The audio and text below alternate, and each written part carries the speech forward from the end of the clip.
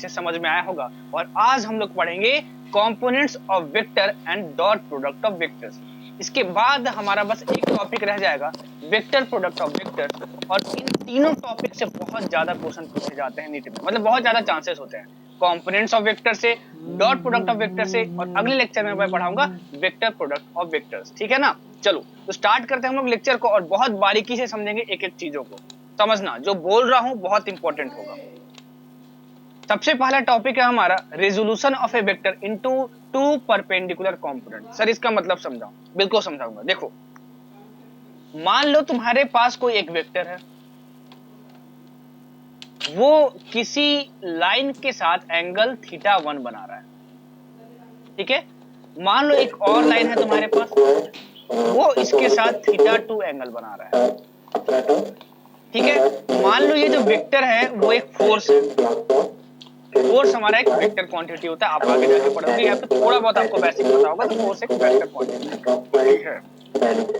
तो किसी भी वेक्टर का जो इफेक्ट होता है ना, सुनना मेरी बात, किसी भी वेक्टर का जो इफेक्ट होता है ना किसी भी डायरेक्शन में, वो कहलाता है उसका कंपोनेंट। वो क्या कहलाता है? उसका कंपोनेंट। मतलब कंपोनेंट का मतलब क्या होता है? कंपोनेंट का मतलब क्या होता है? effect of a vector in that particular direction, in that particular direction। बात आ रही है समझ में? सुनना मेरी बात। मान लो तुम कोई फोर्स है तुम्हारे पास, इस फोर्स को तुम इस डायरेक्शन में लगा रहे हो। ठीक है? इस फोर्स को तुम इस डायरेक्शन में लगा रहे हो। ठीक है ना? तो अगर तुम इस फोर्स को इस डायरेक्शन में लगा रहे हो, थोड़ा सा और अच्छे तरीके से समझाने की कोशिश करो कि मान लो यहाँ पे एक ब्लॉक है और ये एक रोप है। ठीक है ना? ये ब्लॉक है और ये एक रोप है। आप फोर्स लगा के इस रोप को इस तरीके से खींच रहे हो, तो आप देख सकते होगे ये जो ब्लॉक है ना वो सिर्फ ऐसे नहीं उठता है। ये जो ब्लॉक है ना वो सिर्फ ऐसे नहीं जाता है।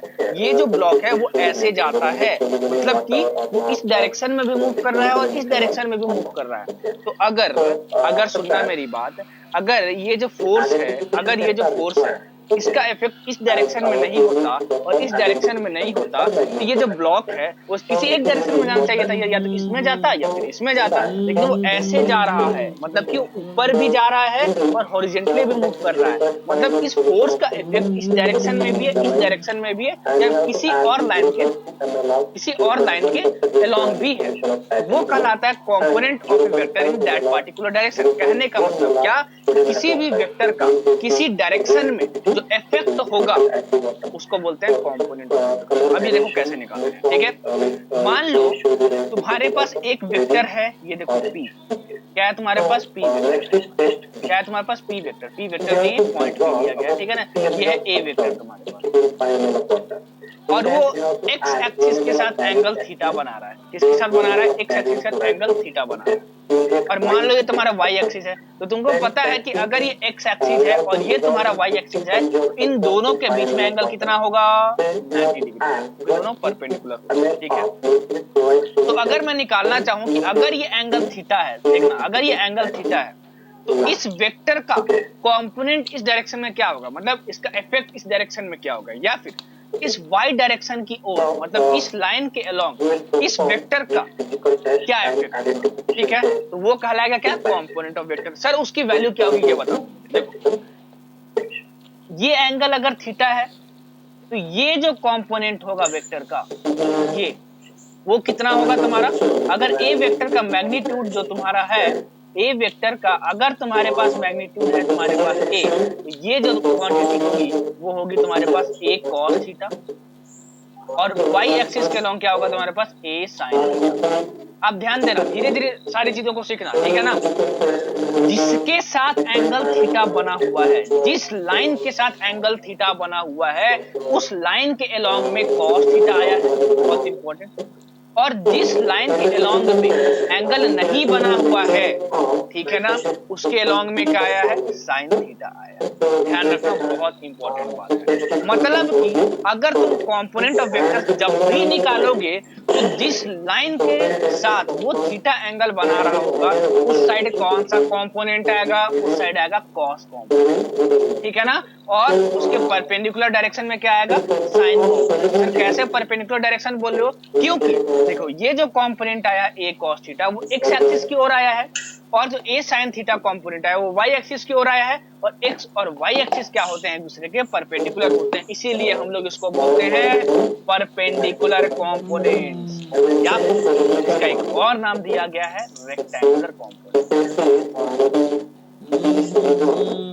Rectangular components. अगर आपको तेजी से पढ़ना है तो थोड़ा सा स्पीड बढ़ा लेना और थोड़ा सा स्पीड स्लो भी कर सकते हो पढ़ना है, ठीक है। या फिर रेक्टेंगुलर कंपोनेंट्स बोले या फिर परपेंडिकुलर कंपोनेंट्स बोले, समझ जाना कि आपको उसको दो डायरेक्शन में तोड़ना है इस तरीके से, ताकि दोनों के बीच में 90 डिग्री का एंगल बने। कैसे पता चलेगा सर, क्वेश्चन करो, ठीक है। इतनी बात समझ में आती है सर। अगर इस a cos थीटा को मैं ax से डिनोट कर दूं और इस ay को a sin थीटा से डिनोट कर दूं, तो ये जो वेक्टर a वेक्टर है जिसके आप दो कंपोनेंट्स तोड़े हो, ठीक है ना, उसको आप लिख सकते हो a vector is equal to axi cap plus ay cap.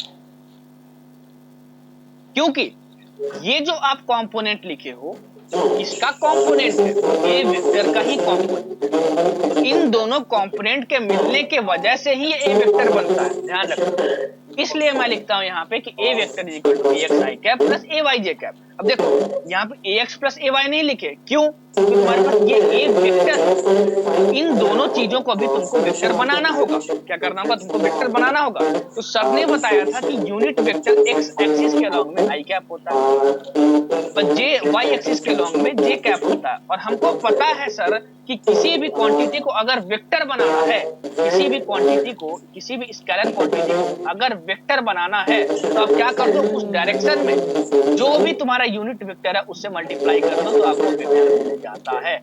फिर देखो नोट्स उसमें दिखाया है मैंने और बहुत अच्छे समझाया, ठीक है। इस डायरेक्शन में तुम्हारा क्या आई कैप होता है, इस डायरेक्शन में क्या होता है, जे कैप होता है, एक्स और वाई के अलॉन्ग, ठीक है। तो मैं इसको वेक्टर के फॉर्म में लिखूंगा, इस वाले कंपोनेंट को तो मैं क्या लिख सकता हूँ, a cos theta i cap. इसको क्या लिख सकता हूँ, a sin theta j cap. इतनी बात आ रही है समझ में, तो वही मैंने लिख दिया a vector is equal to axi cap plus ayj cap. ये आपको लिखना आना चाहिए, बहुत इंपॉर्टेंट है। और ax की वैल्यू क्या है, a cos थीटा है, ax की वैल्यू क्या है, a cos theta i cap plus ay तुम्हारा क्या है, a sin theta j cap. ये बहुत इंपॉर्टेंट है, आपको ये लिखने आना ही चाहिए, ठीक है ना। चलो अब ये थोड़ा सा तुमको देखा देखा सा लग रहा होगा, मैंने तुम्हें बताया था कि अगर तुम्हारे पास कोई भी vector a vector is equal to a i cap plus b j cap plus c k cap है, तो तुम्हारा जो a वेक्टर का मॉड होगा वो कितना होगा, वो होगा a square plus b square plus c square का अंडर रूट, ठीक है। तो यहाँ पे बस i कैप और j कैप है, तो इसका अगर मॉडुलस की मैं बात करूं, मतलब a वेक्टर के मॉड की बात करूं, तो मैं क्या लिखूंगा, under root x square plus ay square, ठीक है ना। बात आ रही है समझ में, ये तो पढ़ा पढ़ाया है। तो जो जो इंपॉर्टेंट सब कुछ बता रहा हूँ ध्यान से सुनना, जो मैंने नहीं लिखा है आप चाहो तो उसको नोट्स में डाल सकते हो ताकि आपको लॉन्ग रहे, ठीक है। अच्छा अब मैं फाइंड करना चाहता हूँ थीटा, ये एंगल थीटा कितना होगा। मान लो किसी क्वेश्चन में तुमको ay की वैल्यू गिवन है और ax की वैल्यू गिवन है, ठीक है ना, तब तुमको ये एंगल थीटा चाहिए हो, ठीक है। तो आप कैसे निकालोगे, तो आप देख सकते हो, इस ट्रायंगल को देखो, इस ट्रायंगल को देखो, इस ट्रायंगल को देखो भाई, ठीक है ना। इस ट्रायंगल को आप देखोगे तो ये जो था आपको क्या था, ax था, और ये जो तुम्हारा क्या था वो ay था।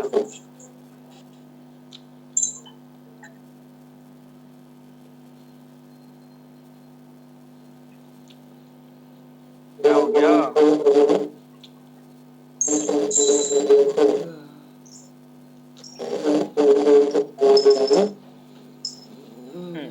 देखो ये था तुम्हारा जो ax था और ये था तुम्हारा ay था। तो अगर इस ट्रायंगल को देखो तो ये एंगल अगर थीटा है और ये a sin थीटा और ये a cos थीटा, तो a cos थीटा अकेले तो स्केलर है तो उसका कुछ लेंथ होगा, तो उसका जो लेंथ होता है ना वो क्या होता है, a cos थीटा, और ये a cos थीटा उतना ही बड़ा होता है कैसे फाइंड करें? देखो ये तुम्हारा ए वेक्टर है, ठीक है ना, ये तुम्हारा ए वेक्टर है। अच्छा, तुम क्या करो, इसके हेड जो है, उसके हेड के टिप से आप एक परपेंडिकुलर ड्रॉ करो। तो एक्स एक्सिस को कहीं पे कट करेगा, ऑरिजिन से लेके जो भी डिस्टेंस होगा इस पॉइंट तक, वो ए कॉस थीटा की लेंथ क्या होगी, ए कॉस थीटा की लेंथ, ठीक है ना। वैसे इसके टिप से वाई एक्सिस पे क्या करो, आप एक परपेंडिकुलर ड्रॉ करो, ठीक है, बात आ रही है समझ में। अच्छा, इस ऑरिजिन से लेके ये जो भी डिस्टेंस होगा वो किसकी लेंथ होगी, ए साइन थीटा। इसका मतलब क्या कि सर ये अगर ए वाई है तो ये भी पूरा ए वाई होगा, ठीक है ना, और ये पूरा एक्स। आप tan थीटा लिखोगे तो tan थीटा क्या होता है, परपेंडिकुलर बाई बेस होता है। क्या होता है, परपेंडिकुलर बाई बेस होता है। तो tan theta is equal to perpendicular, तुम्हारे पास ये है ए वाई बाई बेस, तुम्हारे पास क्या है, बेस तुम्हारे पास ये है, तो बेस तुम्हारे पास क्या हो गया, ए एक्स। तो tan theta is equal to A Y by A X will be the correct answer, ठीक है, बात आ रही है समझ में, बात आ रही है समझ में। चलो क्वेश्चंस करेंगे, समझते जाना, ठीक है, कि हाँ और इंपॉर्टेंट पॉइंट है, ठीक है, अभी मैं तुमको बताता हूँ। देखो मान लो तुम्हारे पास कोई एक वेक्टर ऐसे है, ठीक है ना, मैं आपको बोलूं कि बताओ इसके अलोंग में कंपोनेंट क्या होगा, सुनना मेरी बात, थीटा 1 एंगल है, तो आप बोलोगे सर अगर इसका मैग्नीट्यूड ए है, मैग्नीट्यूड ए है तो इस डायरेक्शन में क्या होगा, ए कॉस थीटा 1, क्या होगा, ए कॉस थीटा 1 होगा। क्यों, क्योंकि सर आपने बताया था कि जिस लाइन के अलोंग में थीटा एंगल बनता है उस लाइन के अलोंग में क्या होता है, कॉस वाला एंगल होता है। क्या होता है, कॉस वाला एंगल होता है, ठीक है। अगर मैं आपसे बोलूं कि बताओ कि इसके अलोंग में बताओ थीटा 2 एंगल बनाओ, तो आप बोलोगे सर ये ए कॉस थीटा 2 होगा। मैं बोलूंगा इसके अलोंग में बताओ इसके साथ थीटा 3 एंगल बना रहा है, तो आप बोलोगे ए कॉस थीटा 3 होगा। मैं बोलूंगा इसके अलोंग में बनाओ इसके साथ में क्या इतना एंगल बना रहा है, थीटा 4 एंगल बना रहा है, तो आप बोलोगे ए कॉस थीटा 4 होगा। तो ऐसे तो स्पेस में बहुत इनफाइनाइट लाइंस हैं, मतलब एक वेक्टर का कंपोनेंट बहुत सारे हो सकते हैं, मतलब इनफाइनाइट हो सकते हैं, मतलब कि a vector have infinite component, a vector have infinite components, लिख लेना, बहुत इंपॉर्टेंट पॉइंट। तो सर अभी अभी तो आपने बताया कि सिर्फ 2 कंपोनेंट होते हैं ना भाई, वो मैंने ये नहीं बोला कि सिर्फ 2 कंपोनेंट होते हैं, वो मैंने 2 स्पेशल कंपोनेंट की चर्चा की, 2 परपेंडिकुलर कंपोनेंट्स की। अगर एक वेक्टर है तो उसके इस डायरेक्शन में और उसके परपेंडिकुलर डायरेक्शन में क्या होंगे कंपोनेंट्स, मतलब सिर्फ 2 परपेंडिकुलर कंपोनेंट्स की मैंने बात की है। लेकिन अगर मैं किसी भी एंगल के अलोंग में, किसी भी लाइन के अलोंग में अगर मैं फाइंड करना चाहूं क्या कंपोनेंट ऑफ वेक्टर, तो फाइंड कर सकता हूं, तो हमको मिल जाएगा वेक्टर हैव इनफिनिट कंपोनेंट्स। बात आ रही है समझ में। अब थोड़ा सा मैं एग्जांपल दूं आपको कि आप बताओ मुझे कि अगर तुम्हारे पास एक वेक्टर है कुछ इस तरीके से और इसके साथ वो एंगल बना रहा है 60 डिग्री, तो आप बताओ कि इसके परपेंडिकुलर कंपोनेंट्स कैसे ड्रॉ करेंगे, मतलब इसके रेक्टेंगुलर कंपोनेंट्स क्या होंगे। इसका मैग्नीट्यूड मान लो तुम्हारे पास ए वेक्टर का जो मैग्नीट्यूड है वो तुम्हारे पास 6 है, तो आप बोलोगे सर जिस लाइन के साथ 60 डिग्री एंगल बना रहा है उसके साथ में मैं क्या लिख दूंगा, कॉस वाली एंगल। तो सबसे पहले तो इसका मैग्नीट्यूड 6 इंटू कॉस 60 डिग्री, मैं रेक्टेंगुलर कंपोनेंट ड्रॉ करने को बोला हूं। सबसे पहला काम तो यही करो कि कॉस वाला कंपोनेंट लिख लो। उसके बाद मैंने आपको क्या बताया यहाँ पे, देखो कि जो ए कॉस थीटा होगा, ए कॉस थीटा, देखो ए कॉस थीटा और ए साइन थीटा, इन दोनों के बीच में एंगल कितना है, 90 डिग्री है। कितना है एंगल, 90 डिग्री है। तो अगर आपको रेक्टेंगुलर कंपोनेंट ड्रॉ करना है,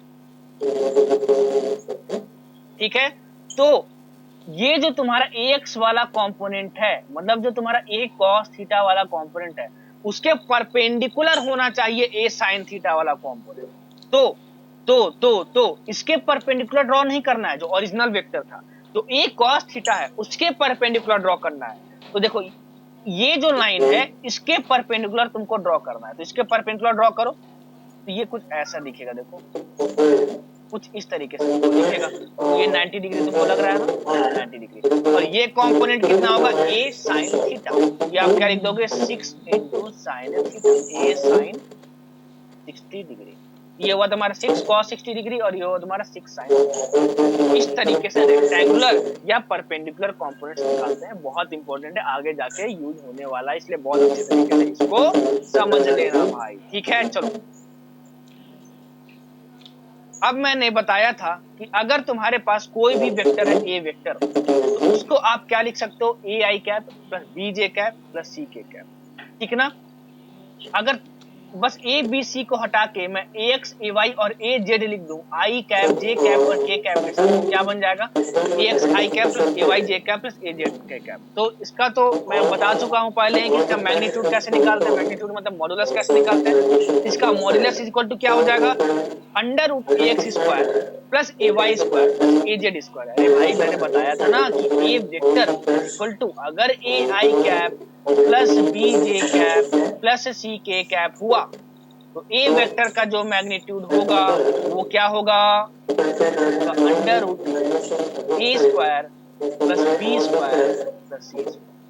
ठीक है ना। उसी तरीके से अगर तुम्हारे पास a vector is equal to a x i cap plus a y j cap plus a z k cap हुआ तो उसका तुम मैग्नीट्यूड क्या लिख सकते हो, under root x square plus a y square plus a z square. अच्छा, अब यहाँ पे एक स्पेशल बात मैं आपको सिखाता हूँ कि तुम्हारे पास देखो, ये तुम्हारे पास जो ए एक्स आई कैप है, सुनना मेरी बात, आई कैप के साथ जो लिखा हुआ है, तुम्हारे पास जो ए वाई जे कैप है, तुम्हारे पास ए जेड के कैप है, ठीक है ना, वो कहलाता है वेक्टर कंपोनेंट्स। क्या कहलाता है, ये कहलाता है तुम्हारा वेक्टर कंपोनेंट्स। मतलब मैं बात करूं ए x i cap, A y j cap और ए जेड के कैप की बात करूं तो ये तुम्हारा कहलाता है वेक्टर कंपोनेंट एक्स एक्सिस के अलोंग। अभी समझाता हूं इसका मतलब क्या है। वेक्टर कंपोनेंट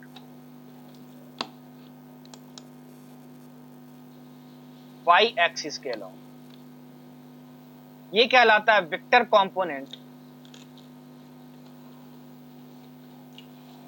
जेड एक्सिस के अलोंग। सुनना मेरी बात, सुनना मेरी बात, ठीक है, सुनना मेरी बात। देखो सबके साथ आई कैप जे कैप और के कैप लगा हुआ है, इसका मतलब क्या हुआ, वो एक वेक्टर हुआ। ठीक है सर, बात आती है समझ में। जो एक्स है वो क्या है तुम्हारे पास, वो मैग्नीट्यूड है of component of vector in x direction. ठीक है, अभी तो तुम ax और ay फाइंड किए थे ना, ax तुम्हारा क्या आ रहा था, a cos थीटा, ay तुम्हारा क्या आ रहा था, a sin थीटा आ रहा था ना भाई। तो अगर वो आ रहा था तो ax और ay क्या था तुम्हारा, कंपोनेंट था ना, कंपोनेंट था ना, वो एक मैग्नीट्यूड था। तो अगर मैं उसको i कैप से मल्टीप्लाई कर दूं तो हमको यूनिट वेक्टर से मल्टीप्लाई करके क्या मिलेगा, वेक्टर मिलेगा। ये तुम्हारा क्या होगा, ये तुम्हारे पास वेक्टर होगा। और क्योंकि तुम एक्स एक्सिस के अलोंग में वेक्टर लिखे हो तो आप क्या बोलोगे कि वेक्टर कंपोनेंट है ये, कौन से वेक्टर का, ए वेक्टर का, एक्स एक्सिस।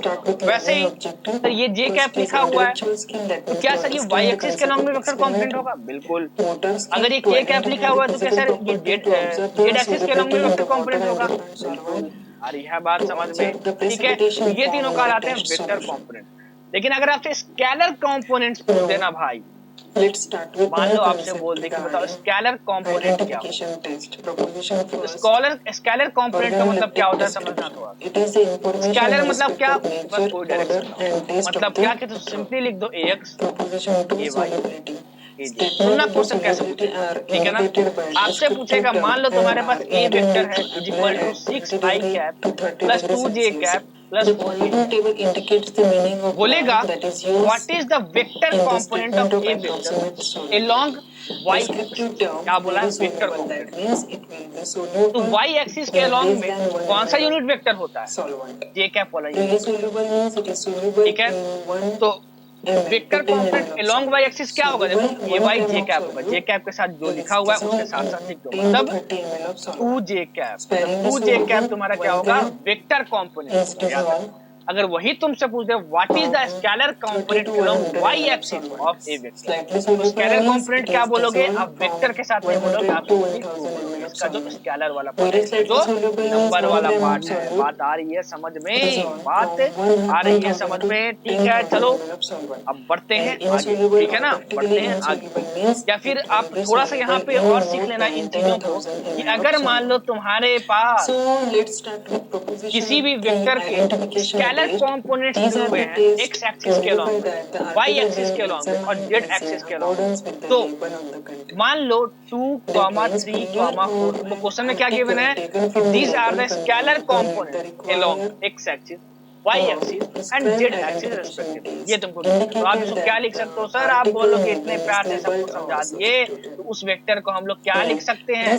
ये सर एक्स एक्सिस के अलॉन्ग में स्केलर कंपोनेंट है, उसको वेक्टर बनाना होगा तो एक्स एक्सिस के यूनिट वेक्टर से मल्टीप्लाई कर देंगे। ये हो जाएगा तुम्हारे पास i cap plus 3j cap plus 4j cap, क्योंकि 3 तुम्हारा क्या है वाई एक्सिस के अलॉन्ग में स्केलर कंपोनेंट है, उसको वेक्टर बनाने के लिए क्या करेंगे 3j कैप, 4 को वेक्टर बनाने के लिए क्या करेंगे k कैप से मल्टीप्लाई करेंगे, क्योंकि वो z एक्सिस के अलॉन्ग में है स्केलर कंपोनेंट, ये 4k कैप होगा। फिर तीनों को ऐड कर देंगे तो क्या मिल जाएगा आपको? कंप्लीट वेक्टर मिल जाएगा, क्योंकि सारे कंपोनेंट से मिलके ही क्या बनता है? एक वेक्टर बनता है। बात आ रही है समझ में? बढ़ते हैं आगे और आपके सामने रहा क्वेश्चन ये। चलो भाई धुआं धुआं करो, धुआं करो भाई, ठीक है। A force of 8 Newton makes an angle 30 degree with x axis. Find x and y components of the force. Sir force एक वेक्टर क्वांटिटी होती है सर, हमें पता है। क्वेश्चन सर ये बोल रहा है कि x एक्सिस के साथ एंगल 30 डिग्री बना रहा है, तो सर x एक्सिस तो कुछ इस तरीके से होता है और y एक्सिस सर होता है जो इसके परपेंडिकुलर होता है, ठीक है ना। आपसे x और y components of the force पूछा है। x एंड y कंपोनेंट्स मतलब क्या होता है कि जो x एक्सिस के अलोंग जो कंपोनेंट हो वो क्या कहलाता है? x कंपोनेंट, ठीक है ना। और जो y एक्सिस के अलोंग हो वो क्या कहलाता है? y component.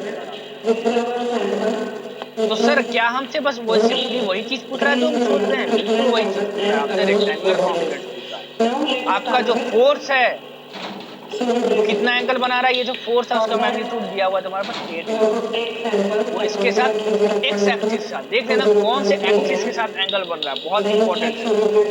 एक्स एक्सिस के साथ ये कितना बना रहा है? 30 डिग्री एंगल बना रहा है। तो इस डायरेक्शन में क्या कंपोनेंट हो जाएगा? f cos 30 डिग्री, क्योंकि इस लाइन के साथ 30 डिग्री एंगल बना रहा है। जिस एक्सिस के साथ एंगल बना रहा होता है आप झमाझम करके बोलोगे इसके साथ सर हम कॉस लगाते हैं। और फिर इस लाइन के परपेंडिकुलर हमारा कौन सा कंपोनेंट होता है? a sin थीटा वाला कंपोनेंट। तो यहाँ मैं क्या लिखूंगा? f sin theta. अब मैंने वैल्यूज याद करवाई थी, चलो f cos 30 डिग्री कितना आएगा जरा बताना तो। इसका मैग्नीट्यूड 8 इंटू कॉस 30 डिग्री मतलब √3/2, कट्टम कुट्टुम करो ये हो जाएगा √3।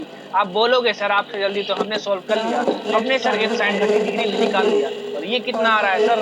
8 इंटू sin 30 डिग्री। sin 30 मतलब कितना होता है भाई साहब? 1/2। तो कट्टम कुट्टम कर दो, ये और ये कट्टम कुट्टम हो गया, तो ये आ गया आंसर 4। तो 4√3,4 will be the correct answer. fx की वैल्यू आ जाएगी 4√3, fy की वैल्यू आ जाएगी 4। बात आ रही है समझ में?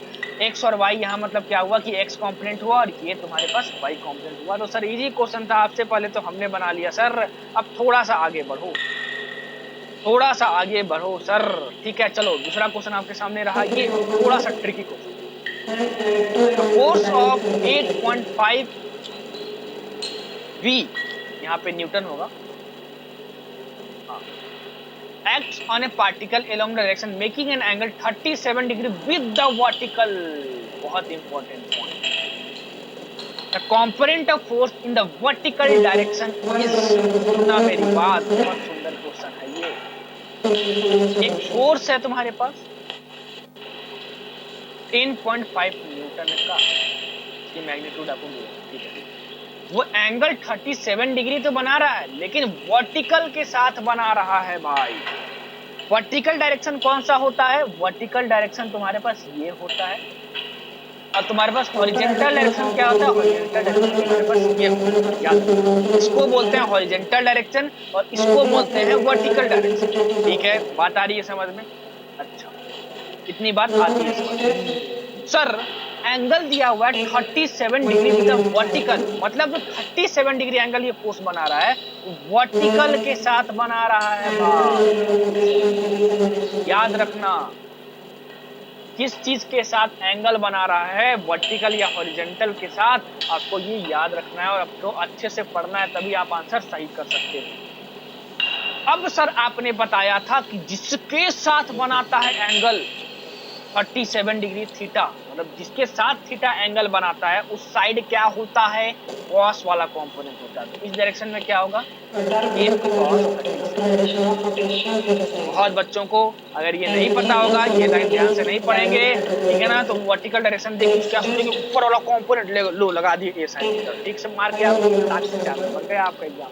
तो क्वेश्चन को बहुत अच्छे से पढ़ना है, ठीक है, सबसे पहले क्वेश्चन को बहुत अच्छे से पढ़ना है। इसका परपेंडिकुलर कंपोनेंट किस डायरेक्शन में होगा, सर आपने बताया था एक बार कॉस वाला कंपोनेंट हमने लिख लिया, तो इसके परपेंडिकुलर देखो, तो इसके परपेंडिकुलर तुम देखो ये डायरेक्शन हुआ, तो ये तुम्हारा अब क्या हो जाएगा एफ साइन 37, समझे। तो अगर एंगल इसके साथ दे दिया तो याद रखना कि हॉरिजॉन्टल वाला कंपोनेंट एफ साइन। अब से पूछा क्या है, वर्टिकल डायरेक्शन में पूछा है, वर्टिकल डायरेक्शन में पूछा है, ठीक है, मतलब कि इस डायरेक्शन में पूछा, ठीक है। एफ कॉस 37 डिग्री की वैल्यू क्या हो जाएगी, एफ की वैल्यू क्या है 10.5 इंटू कॉस 37 डिग्री, मतलब तुम्हारे पास 4/5, ठीक है ना। इसकी वैल्यू याद रखनी है आपको, ठीक है ना, इसलिए मैं यहाँ पे आपको स्पेशली लिख के दिखा दूंगा। 10 इंटू 5 इंटू 4/5, ये तुम्हारे पास कितना आ जाएगा भाई 2.1 आ जाएगा। 2.1 इंटू 4 करोगे तो तुम्हारे पास कितना आ जाएगा 8.4 आ जाएगा क्या, हाँ 8.4 आ जाएगा। सर ये cos 37 डिग्री की वैल्यू 4/5 होती है, कैसे पता चला, ये बेसिक मैथमेटिक्स में पढ़ाया जाता है, लेकिन मैंने तुम्हें बोला था कि जहां जहां एप्लीकेशन आएगा मैं आपको बताते जाऊंगा ताकि आपका वो भी कवर हो जाए और आपको समझ में भी आए, ठीक है ना।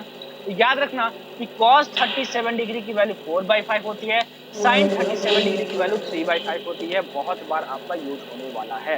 अभी मैं आगे जाकर आपको ये भी सिखाऊंगा कि अगर आपको ये सिर्फ दो वैल्यूज याद है तो sin 53 डिग्री की वैल्यू कैसे निकालते हैं और cos 53 डिग्री की वैल्यू कैसे निकालते हैं। फिलहाल तो आपको सिर्फ ये दोनों वैल्यू याद रखना है कि sin 37 3/5 होता है और cos 37 4/5 होता है। सर ये तो बहुत कुछ याद रखना पड़ रहा है सर, कोई बात नहीं सर, हम तो तेज हैं, हमको पता है प्रैक्टिस इज द ओनली की टू सक्सेस। तो सर प्रैक्टिस करेंगे धीरे धीरे चीजें बेहतर हो जाएंगी, बिलीव मी धीरे धीरे चीजें बेहतर हो जाती हैं, बस अच्छी सोच रखो और मेहनत करते रहो भाई। मेहनत नहीं करोगे तो कुछ भी पॉसिबल, कोई भी टीचर पढ़ा दे रिजल्ट नहीं आएगा, मेहनत आपको ही करना है, ठीक है ना। कंटेंट इतना दे दूंगा पक्का कि नीट में सटीक वहां से क्वेश्चन, ठीक है। चलो सर ये तो मुझे अब ट्रिग्नोमेट्री दिखने लगा सर, क्लास 10th की याद दिला दी आपने सर कि ट्रिग्नोमेट्री हमने पढ़ा था। चलो थोड़ा बहुत बेसिक ट्रिग्नोमेट्री का पढ़ लेते हैं, क्योंकि अब आगे जब मैं डॉट प्रोडक्ट ऑफ वेक्टर्स पढ़ाऊंगा या फिर वेक्टर प्रोडक्ट ऑफ वेक्टर्स पढ़ाऊंगा तो उसमें ट्रिग्नोमेट्री का यूज आने वाला है। तो सबसे पहले पढ़ते हैं relationship between degree and radian. क्या, डिग्री एंड रेडियन। देखो जो तुम थीटा बोलते हो ना कि एंगल है, उसको दो यूनिट्स में यूजुअली क्या किया जाता है, निकाला जाता है। एक एंगल्स में निकाला जाता है और एक रेडियंस में निकाला जाता है, सॉरी एक डिग्रीज में निकाला जाता है और एक रेडियंस में निकाला जाता है। मतलब एंगल्स को लिखने का दो तरीका है जो हम पढ़ते हैं, डिग्रीज और, ठीक है, बात आती है सर 360 डिग्री हमको तो पता है सर, हमको 180 डिग्री भी पता है सर, हमको 100 डिग्री भी पता है सर, रेडियंस बता दो क्या होता है सर। देखो pi radian is equal to 180 degree, हमेशा इस चीज को याद रखो, pi radian is equal to 180 degree, मतलब पाई कोई क्वांटिटी होती है, 180 डिग्री में कितना रेडियन होता है, पाई रेडियन। 180 डिग्री में कितना रेडियन होता है, पाई रेडियन होता है। मतलब मैं बोलूं कि 180 डिग्री की जो वैल्यू होती है वो रेडियंस में कितनी होती है, तो आप बोलोगे कि पाई होती है। क्या बोलोगे, पाई होती है। अब ये इसके बराबर हुआ कि अगर तुम्हारे पास एक टॉफी 1 रुपए में मिलता है तो तुमको 2 टॉफी कितने में मिलेगा भाई, 2 टॉफी तुमको कितने में मिलेगा, तुमको मिलेगा 2 रुपए में। तो अगर 180 डिग्री में पाई रेडियन है तो 360 में कितना होगा? आप बोलोगे सर हम तो ध्यान से देख लिए 180 का जस्ट डबल है सर 360 डिग्री, इसलिए अगर 180 में पाई होता है 360 में कितना होगा? 2 पाई होगा सर, तो इसलिए 360 डिग्री में है। ठीक है, अब मैं आपसे अगर बोलूं कि बताओ कि 270 डिग्री में कितना रेडियन होगा, रेडियन मतलब क्या, तुमको उसको पाई के टर्म्स में लिखना है, कितना रेडियन होगा जरा बताना। ठीक है, आप बोलोगे सर ये तो यूनिटरी मेथड आप सिखा रहे हो जो हम क्लास 6 में पढ़े हैं, पाई रेडियंस में 180 डिग्री होता है, मतलब 180 डिग्री की वैल्यू रेडियंस में पाई होता है सर, पाई होता है सर। तो 1 डिग्री में कितने रेडियंस होंगे? Pi by 180। ठीक है, तो सर 270 डिग्री में कितना होगा? 270 डिग्री में होगा पाई बाई 180। कट्टम कुट्टुम करेंगे सर अब हम प्यार से, कट्टम कुट्टुम। 3 से काटो, ये हुआ तुम्हारे पास 6, ये तुम्हारे पास हुआ 9, ये 3 से काटो, ये हुआ तुम्हारे पास 2 और ये हुआ तुम्हारे पास 3, ये हुआ तुम्हारे पास 3 पाई बाई 2 लिखा हुआ है। टुकुर आंखों से देखो, पाई के बारे में बता ही दिया, 2 पाई बता ही दिया, तो आपको बस एक याद रखना, pi radian is equal to 180 degree, और फिर यहाँ से 180 डिग्री इज इक्वल टू कितना हो जाएगा? Pi by 180 radian. ठीक है ना, ये यूनिटरी मेथड है, ये दो चीज आपको बस निकालने आनी चाहिए। वैसे सर 45 डिग्री क्या होगा जरा बताना सर निकाल के, हम बताते हैं सर निकाल के, आप रुको। सर आपने बताया कि 180 डिग्री में पाई रेडियन होता है, फिर सर 1 डिग्री में कितना हो जाएगा? पाई बाई 180 हो जाएगा, यूनिटरी मेथड। ठीक है, तो सर 45 में कितना होगा? पाई बाई 180 इंटू 45 होगा, कट्टम कुट्टम करो तो ये जाएगा 4 बार में, ये हो गया पाई बाई 4 रेडियन। आपको 30 डिग्री का याद रखना है, पाई बाय 6 होता है, 45 का होता है, पाई बाय 4 60 का होता है, पाई बाय 3 90 का होता है, पाई बाय 2 180 का होता है, पाई। इतनी तो आपको याद रखनी ही है, डायरेक्ट मुंह पर होना चाहिए। फिर भी अगर आप भूल जाओ तो कैसे निकालते हैं, मैंने उसका आपको मेथड बता दिया, ठीक है ना, उसका मैंने आपको मेथड बता दिया है, तो इतनी तो आपको याद होनी ही चाहिए। इसके अलावा मैं एक और बोलूंगा आपको, 2 पाई बाय 3 120 डिग्री का क्या होता है रेडियंस में? 2 पाई बाई 3 होता है। ठीक है ना, चलो कैसे निकालते हैं मैंने आपको बता दिया, आप बाकी सब निकाल के खुद से देख लो कैसे आएगा। ठीक है ना, चलो ये मैंने आपको सिखा दिया, ये चीज आपको बस आनी चाहिए। ठीक है, इतनी बात आती है सर समझ में। अब सर ये जो पाई दिख रहा है ना सर, वो पाई बाई 6 तो जानते हैं सर कि 6 एक नंबर होता है, 4 एक नंबर होता है, 3 एक नंबर होता है, 2 एक नंबर होता है, 1 एक नंबर होता है। पाई क्या होता है सर? बोलोगे सर आपके बच्चे इतना तो जानते हैं कि जो पाई की वैल्यू होती है, वो पाई की वैल्यू या तो आप 22/7 फ्रैक्शन में लिखो, या फिर आप लिखो डेसिमल में 3.1। ये होती है सर पाई की वैल्यू। पाई की वैल्यू भी आपको याद रखनी है, 22/7 होता है या फिर 3.1 होता है। ज्यादातर आपका जो यूज होगा वो वैल्यू ये वाली होगी, डेसिमल वाली। अब बढ़ो आगे सर, बहुत प्यार मोहब्बत से आपने समझा दिया सर, अब थोड़ा सा आगे बढ़ जाओ। ठीक है, अब देखते हैं कुछ ट्रिग्नोमेट्रिक फॉर्मूले जो आपको याद रखना है। ठीक है, The meaning of AC is nothing but जो कि फिजिक्स में बहुत ज्यादा to determine its purity. So सबसे पहले तो तुम्हारे पास ये जो बेसिक फॉर्मूला वो आपको याद रखना है। Here this ये आप class 10 based on acid base sin square theta plus cos square theta factors are given for 1 plus tan square theta sec square, also for actual acid. 1 plus cot square theta cos square. बात आ रही है समझ? नहीं sir बात नहीं आ रही। मान लो theta is equal to तुम्हारे पास 1 ml of, तो यहाँ थीटा के जगह 60 डिग्री रखो। ठीक है, तो ये होगा तुम्हारे पास sine square 60 degree plus cos square 60 degree. तो आइडेंटिटी ये बोलती है कि ये 1 के इक्वल आना चाहिए। देखो आ रहा है कि नहीं? साइन 60 की वैल्यू कितनी होती है तुम्हारे पास? √3/2 होती है। उसका स्क्वायर करोगे तो तुम्हारे पास क्या हो जाएगा? हो जाएगा तुम्हारे पास 3/4।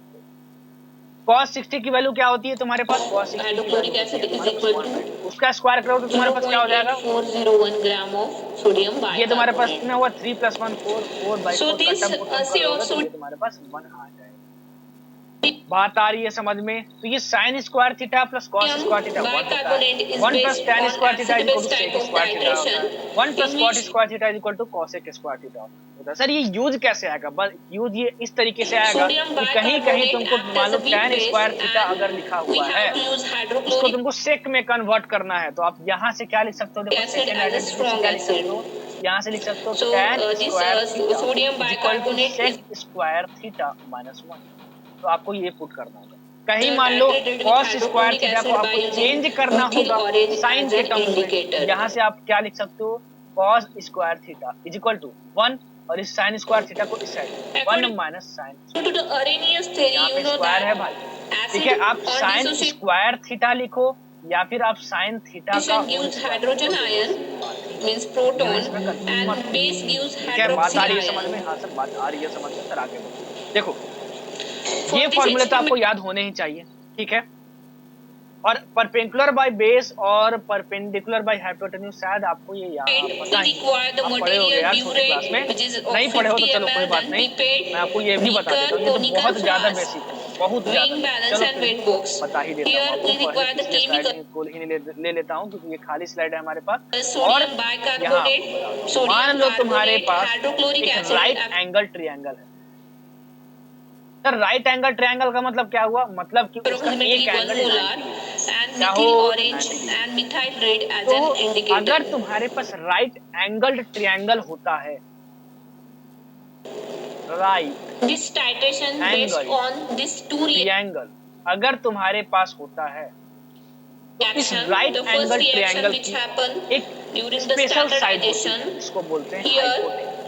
sodium carbonate sir react with hypotenuse hydrochloric क्या है? अरे acid hypotenuse which side he gives है भाई, sodium chloride, हाइपोटेन्यूज से साइड ही water है, and carbon लेकिन dioxide. Hypotenuse is And the during longest the side reaction of which right angle which triangle, happen that is ठीक है ना? इसलिए उसको एक स्पेशल नाम दे दिया गया sodium bicarbonate react with बात hydrochloric समझ में acid, आ one सर कौन सा molecule of side hydrochloric acid which gives hypotenuse होगा, ये sodium कैसे chloride, पहचानेंगे? water 90 and डिग्री के carbon dioxide. ऑपोजिट वाला So जो before भी going to साइड assay होगा वो part, we have to hypotenuse होगा, ठीक है? 90 डिग्री के ऑपोजिट है तुम्हारा ये, तो ये तुम्हारा हाइपोटेन्यूज है, मतलब it is the longest side of this triangle. अब मान लो कि मैं बोलूं कि मान लो तुम्हारे पास right angle So see triangle the stepwise procedure.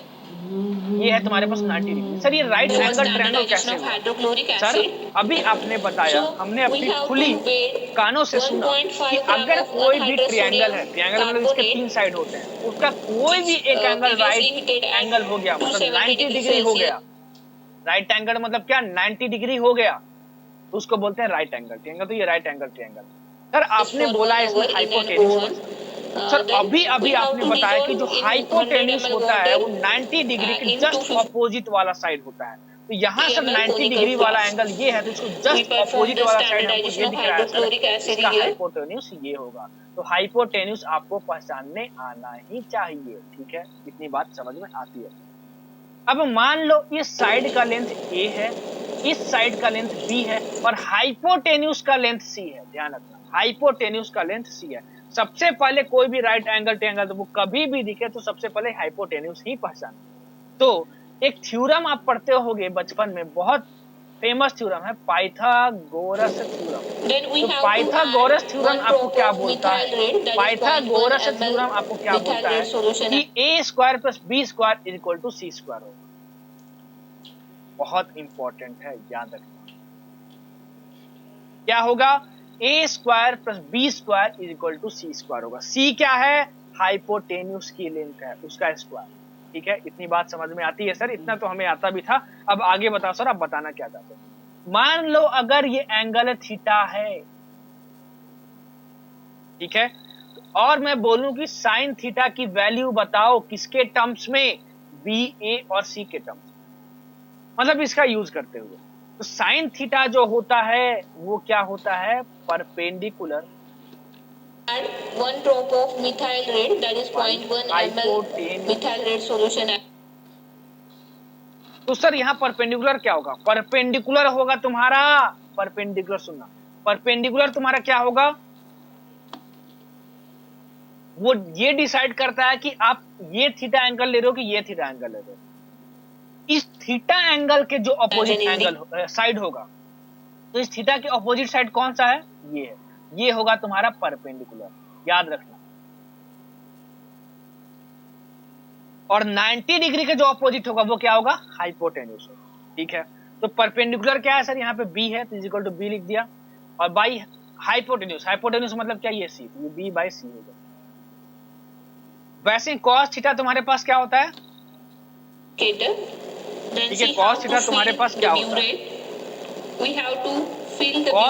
cos theta तुम्हारे पास होता है बेस बाई हाइपोटेन्यूज। एक बार तुमने हाइपोटेन्यूज पहचान लिया, एक बार तुमने परपेंडिकुलर पहचान लिया, तो एक साइड बचा, जो बाकी साइड बचा उसको बोलते हैं बी। तो ये हुआ तुम्हारा ए हाइपोटेन्यूज, सॉरी बेस, और बाई हाइपोटेन्यूज मतलब सी। ये हो गया तुम्हारे पास ए बाई सी। ये बात आती है समझ में? हाँ सर, इतनी बात वो समझ में आती है, ए बाई सी। क्या? ए बाई सी, ठीक है ना? चलो अब tan थीटा देखो, तो tan थीटा होता है perpendicular by base, perpendicular by base, मतलब ये तुम्हारे पास कितना हो गया? बी बाई ए हो, कितना हो गया? बी बाई ए हो गया, ठीक है ना? cos theta B by H और sin theta P by H, बिल्कुल सही है, और tan थीटा हो गया परपेंडिकुलर बाई बेस, बिल्कुल सही, ठीक है? तो ये तीनों आपको याद रखना ही रखना।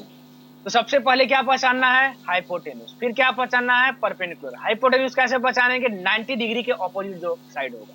परपेंडिकुलर कैसे पहचानेंगे? जो थीटा एंगल के ऑपोजिट होगा, ठीक है ना? तो साइन थीटा बता दिए, कॉस थीटा बता दिए, टैन थीटा बता दिए। सर ये कॉट थीटा, सेक थीटा, ये सब कैसे निकालेंगे सर? वो उसका फॉर्मूला आपको याद रखने की जरूरत नहीं है, बस आपको तीन चीजें याद रखनी है कि जो तुम्हारे पास कॉट थीटा होता है वो 1/tan थीटा होता है, जो तुम्हारे पास सेक थीटा होता है वो तुम्हारे पास 1/cos थीटा, जो तुम्हारे पास कॉसेक थीटा होता है वो होता है तुम्हारे पास 1/sin। बात आ रही है समझ में? ठीक है, तो अगर आप tan थीटा निकाल दिए तो उसको क्या कर दो? रेसिप्रोकल कर दो। अगर आप cos थीटा निकाल दिए तो उसको क्या कर दो? रेसिप्रोकल कर दो। अगर आप sin थीटा निकाल दिए तो उसका रेसिप्रोकल कर दो। तो आपको cot थीटा, sec थीटा और cosec थीटा मिल जाएगा। तो आपको ये तीन बेसिक फॉर्मूले बस याद रखने हैं, ठीक है? चलो अब मैं थोड़ा सा आपसे पूछने की कोशिश करता हूँ। जैसे मान लो मैं तुमको देता हूँ एक राइट एंगल ट्रायंगल इस तरीके से, और ये है 60 डिग्री, और मान लो ये है तुम्हारे पास मान लो तुम्हारे पास, सपोज कर लो ये है तुम्हारे पास 3, 4 और 5, और मैं बोलूं कि बताओ cos 60 डिग्री की वैल्यू क्या होगी? cos 60, ये थीटा है, सॉरी 60 नहीं, ये मान लो थीटा है, ये है तुम्हारे पास थीटा है, ठीक है? तो मैं आपसे बोलूं कि बताओ cos थीटा आप क्या लिखोगे? तो आप बोलोगे सर cos थीटा होता है बेस बाई हाइपोटेन्यूज, तो सर ये बेस होता है और ये हाइपोटेन्यूज। आप बोलोगे सर हमने खुली कानों से सुना है कि सबसे पहले पहचानो कि हाइपोटेन्यूज कौन सा है। ये तुम्हारे पास परपेंडिकुलर हमको दिख रहा है सर, और अगर हमको परपेंडिकुलर नहीं भी दिख रहा होगा, 3, 4 और 5 अगर साइड लेंथ है तो हमको साफ साफ दिख रहा है कि जो हाइपोटेन्यूज होता है वो लॉन्गेस्ट साइड होता है। तो ये तुम्हारे पास 5 सबसे ग्रेटेस्ट साइड है, तो ये हुआ तुम्हारा लॉन्गेस्ट साइड हुआ, मतलब तुम्हारे पास क्या हुआ? हाइपोटेन्यूज, ठीक है? अब सर हमको परपेंडिकुलर पहचानने के लिए हम क्या करते हैं? थीटा के ऑपोजिट वाला साइड, थीटा ये है, इसका ऑपोजिट वाला साइड देखेंगे। तो अब ये तुम्हारा ऑपोजिट साइड होगा, तो ये हो जाएगा तुम्हारे पास परपेंडिकुलर। अब जो बचा वो हुआ तुम्हारे पास बेस साइड। इसका मतलब क्या हुआ कि cos theta is equal to क्या होता है? Base by hypotenuse. बेस मतलब तुम्हारे पास क्या है? 3 बाई हाइपोटेन्यूज तुम्हारा क्या है? ये 5, 3/2। तो ध्यान रखना भाई, ये चीज जो मैं अभी आपको बता रहा हूँ बच्चे बहुत ज्यादा इसमें कंफ्यूज हैं, ठीक है? बात आ गई सर समझ में? चलो अब बढ़ो आगे सर, ठीक है? तो अभी तक जितना सब कुछ बताया पिछले स्लाइड में, ये तीनों फॉर्मूले का क्या यूज आएगा मैंने बता दिया, आपको रटना ही पड़ेगा, आपको याद रखना ही पड़ेगा, ठीक है ना? चलो, और ये चार फॉर्मूले कि sin a plus b sin a into cos b plus cos a into sin b, sin a minus b क्या होगा? sin a cos b plus minus cos a sin b, cos a plus b क्या होगा? cos a cos b minus sin a sin b, cos a minus b क्या होगा? cos a cos b plus sin a sin b। Sir ये और b क्या है? a और b है हमारे पास। that we already standardized this इसका यूज hydrochloric कैसे याद acid होगा ये बता दो, याद तो हम कर ही लेंगे सर। चलो देखो इसका until the यूज कैसे। solution become pink. मान लो कभी क्वेश्चन में So तुमको before दिया हो starting, we have to कि fill the sine murate theta up plus to 45 0 1. Degree, Then we started और the आपको इसको next एक्सपैंड step, करने that की is कोशिश हो कि आप इसको एक्सपैंड करके लिख दो, तो आप देख सकते हो कि साइन ए प्लस बी, यहां भी प्लस है, यहां भी प्लस है, ठीक है। तो ए की जगह यहाँ पे क्या आया है, थीटा एंगल आया, तो ए की वैल्यू क्या होगा, थीटा होगा। बी की जगह यहाँ पे क्या आया है, 45 डिग्री आया है, तो बी की जगह लिख दिया 45 डिग्री, ठीक है ना। इससे कंपेयर करो, ठीक है, इतनी बात समझ में आती है। इसका फॉर्मूला क्या है सर, साइन ए कॉस बी, तो साइन ए किसको मानो, थीटा, तो थीटा लिख दिया, इनटू कॉस बी, ये इनटू है यहाँ पे, कॉस बी मतलब cos dropwise hydrochloric acid plus, यहाँ प्लस आया है, कॉस ए, ये तुम्हारे पास हुआ कॉस, इंटू ए मतलब तुम्हारे पास कितना हुआ, theta, into cos into sine B मतलब तुम्हारा कितना हुआ, साइन 45 डिग्री।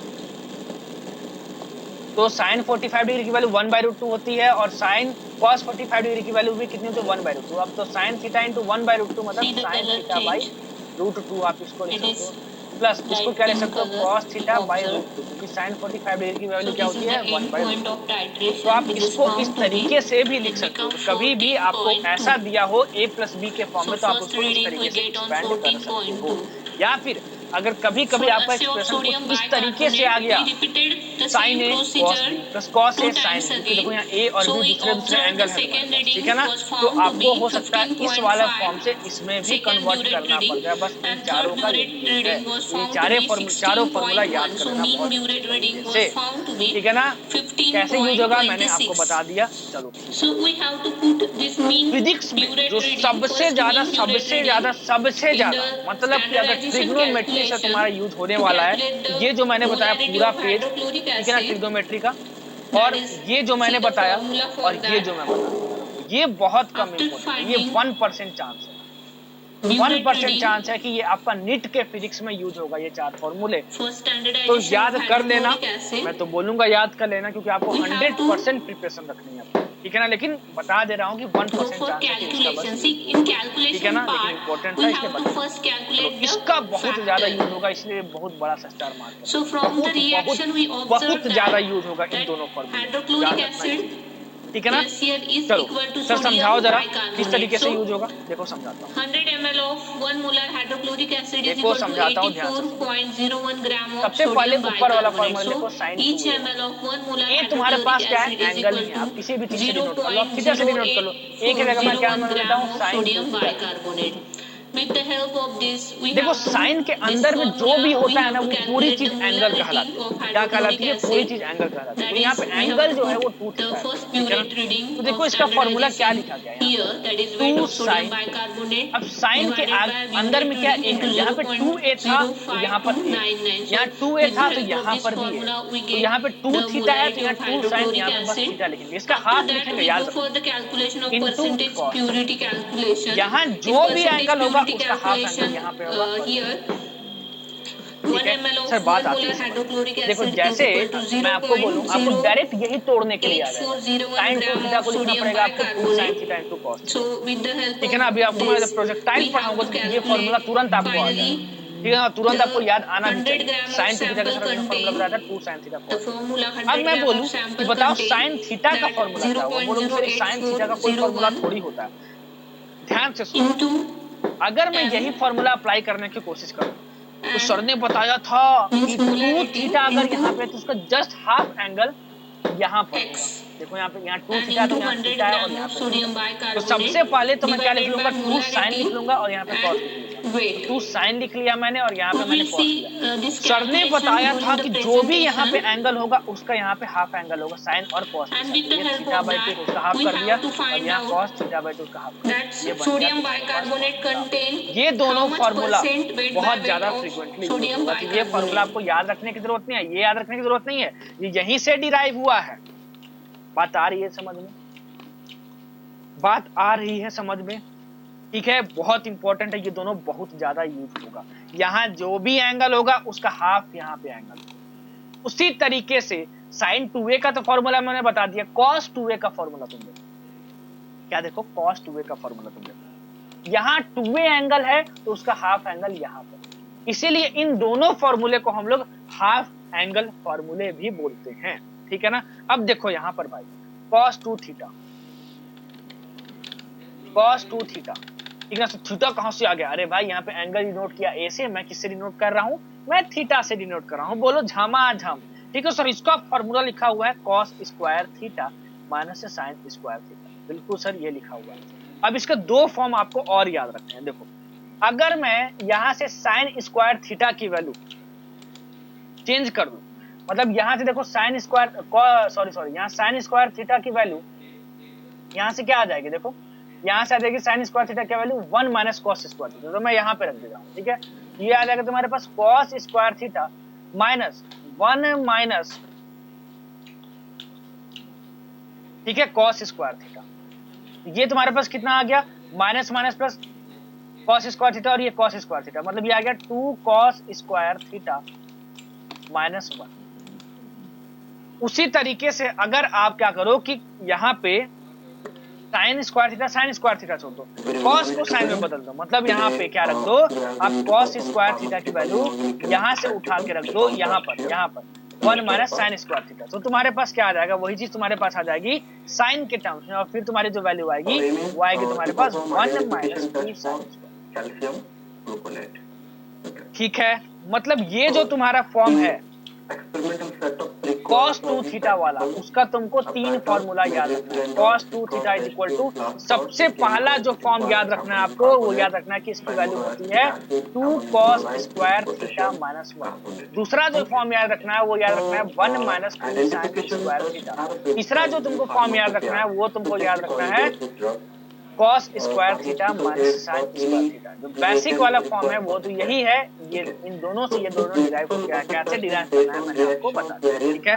ध्यान देना कि यहाँ पे अगर 2 थीटा एंगल है तो यहाँ पे थीटा एंगल, यहाँ 2 थीटा एंगल है तो यहाँ पे थीटा एंगल है, यहाँ 2 थीटा एंगल है तो यहाँ भी थीटा और थीटा एंगल। कौन सा फॉर्म कहाँ पे यूज होगा वो क्वेश्चन करवाऊंगा तो समझ में आएगा, ठीक है ना।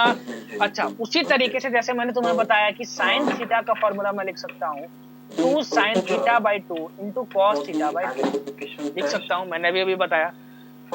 उसी तरीके से अगर मैं cos थीटा लिखना चाहूं तो सबसे पहले ये फॉर्म लिख के दिखाओ। सर आप इतने बार बता चुके बोल के, जो भी एंगल होगा बस उसका यहाँ पे हाफ कर देंगे, यहाँ पे जो भी एंगल है उसका क्या कर देंगे? हाफ कर देंगे। बाकी सारी चीजें 2 cos स्क्वायर तो cos स्क्वायर, यहाँ पे 2 थीटा था तो यहाँ पे थीटा होगा, यहाँ थीटा है तो यहाँ पे थीटा बाई 2, ये थीटा बाई 2 माइनस 1, ठीक है ना।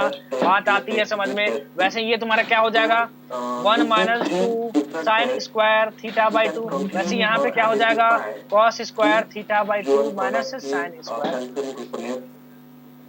आती है बात समझ में, ठीक है। तो इतना याद रखना, क्वेश्चन बनाऊंगा तो वहां पे ज्यादा समझ में आएगा, ठीक है। अब ट्रिग्नोमेट्री की एक और इंपॉर्टेंट चीज, एंगल्स फाइंड करना। क्या फाइंड करना? एंगल्स फाइंड करना। Practical to perform identification test for calcium. क्या फाइंड करना? एंगल्स फाइंड करना। चलो एंगल्स फाइंड करना मैं आपको बता देता हूँ, ठीक है ना। एंगल्स फाइंड करना मैं आपको बता देता हूँ कैसे फाइंड करते हैं। बहुत ध्यान से सुनना भाई, क्योंकि कंफ्यूज हो जाओगे और बहुत ज्यादा फिर टफ लगने लगेगा, इसलिए बहुत ध्यान से सुनना। पहले एक मैं अच्छी सी स्लाइड ले लेता हूँ और वहाँ पे सारी चीजें समझा। हमारे पास 4 क्वाड्रेंट होता है। क्वाड्रेंट का मतलब ये एक्स एक्सिस होता है ना, और ये वाई एक्सिस होता है, इतना तो जानते हो। ये निगेटिव एक्स एक्सिस होता है और ये निगेटिव वाई एक्सिस होता है, ये भी जानते हो। ये जो पूरा रीजन होता है इसको बोलते हैं फर्स्ट क्वाड्रेंट। ये जो पूरा रीजन होता है, सॉरी पूरा रीजन मतलब जो येलो कलर का बनाया होता है, नहीं भाई ये पूरा रीजन, ये क्या होता है फर्स्ट क्वाड्रेंट। ये तुम्हारा क्या होता है सेकंड क्वाड्रेंट, ये तुम्हारा क्या होता है थर्ड क्वाड्रेंट, और ये तुम्हारा क्या होता है फोर्थ क्वाड्रेंट, ठीक है ना। इसको हम लोग क्या बोलते हैं? इसको हम लोग बोलते हैं फर्स्ट क्वाड्रेंट। नाम है भाई, बस नामकरण कर दिया गया है, याद आया। जैसे हमारे सोनू भाई हैं, वैसे ही इसका अलग अलग नाम रख दिया गया है, ठीक है। तो ये हुआ तुम्हारा second quadrant, checking solubility, water. ये हुआ तुम्हारे पास थर्ड क्वाड्रेंट, ये हुआ तुम्हारे पास फोर्थ क्वाड्रेंट। ठीक है, बात इतनी समझ में आती है आपको? ठीक है, ये क्वाड्रेंट्स होते हैं सर। क्वाड्रेंट्स तो हमने पढ़ा है सर, 7 में पढ़ा है सर, कोई नई चीज बिल्कुल बताऊंगा। देखो इतना याद रखो कि इसमें ऑल पॉजिटिव, बस इतना याद रखना, सबको समझा रहा हूं अभी, ठीक है ना। ऑल पॉजिटिव, इसमें क्या होगा, साइन पॉजिटिव, ठीक है ना। इसमें होगा ऑल स्कूल 2, इसमें क्या होगा, टैन पॉजिटिव, ठीक है। इसमें तुम्हारा क्या होगा, ऑल स्कूल टू कॉलेज, इसमें तुम्हारा होगा कॉस पॉजिटिव, ठीक है ना। ये 4 चीज आपको याद रखनी है, ठीक है ना। अभी समझा रहा हूँ इसका मतलब क्या है, इसको कैसे याद रखेंगे। देखो तुम्हारे पास ट्रिग्नोमेट्री में तुमको कितने एंगल पढ़ने होते हैं, बेसिकली 3 एंगल पढ़ने होते हैं, साइन थीटा, कॉस थीटा और टैन थीटा। ऑल पॉजिटिव का मतलब क्या हुआ कि ये तीनों जो तीनों की वैल्यूज हैं वो फर्स्ट क्वाड्रेंट में पॉजिटिव, ठीक है। मतलब कि क्या हुआ कि अगर ये थीटा एंगल, अगर ये थीटा एंगल ये फर्स्ट क्वाड्रेंट में लाई कर रहा है तो साइन थीटा, कॉस थीटा और टैन थीटा की वैल्यू पॉजिटिव आएगी। लिख लेना जो मैं बोला हूं, लिख लेना जो मैं बोला हूं। अगर ये थीटा एंगल की वैल्यू अगर फर्स्ट क्वाड्रेंट के अंदर में हुई तो साइन थीटा, कॉस थीटा और टैन थीटा की वैल्यू पॉजिटिव होगी। वही मैं लिखा हूं कि ऑल पॉजिटिव, सबकी वैल्यू पॉजिटिव। अगर मान लो कि जो थीटा की वैल्यू है वो सेकंड क्वाड्रेंट में आ जाए तो सिर्फ साइन थीटा की वैल्यू पॉजिटिव होती है। बाकी सिर्फ साइन पॉजिटिव लिखा हूं मतलब सिर्फ साइन थीटा की वैल्यू पॉजिटिव होती है, बाकी कॉस थीटा और टैन थीटा इसमें क्या हो जाएगा, निगेटिव हो जाएगा। लिख लेना जो जो बोल रहा हूं भाई, छोड़ना नहीं, ठीक है। वैसे ही जो थीटा होगा अगर तुम्हारे पास वो थर्ड क्वाड्रेंट में हुआ तो सिर्फ टैन थीटा की वैल्यू पॉजिटिव आएगी। टैन थीटा की वैल्यू पॉजिटिव आएगी मतलब कॉस थीटा और साइन थीटा तुम्हारा क्या होगा, निगेटिव होगा। लिख लेना सारी चीजें, लिख लेना, वीडियो पॉज करो और लिख लेना।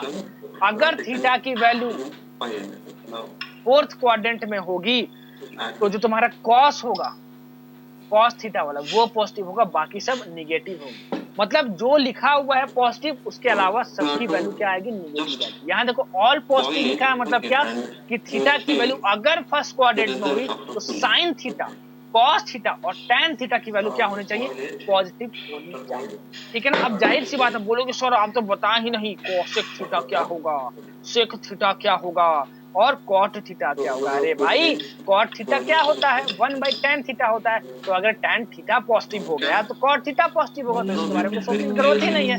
अगर ये होता है 1/cos थीटा तो अगर cos थीटा पॉजिटिव हो गया तो sec थीटा भी पॉजिटिव हो जाएगा।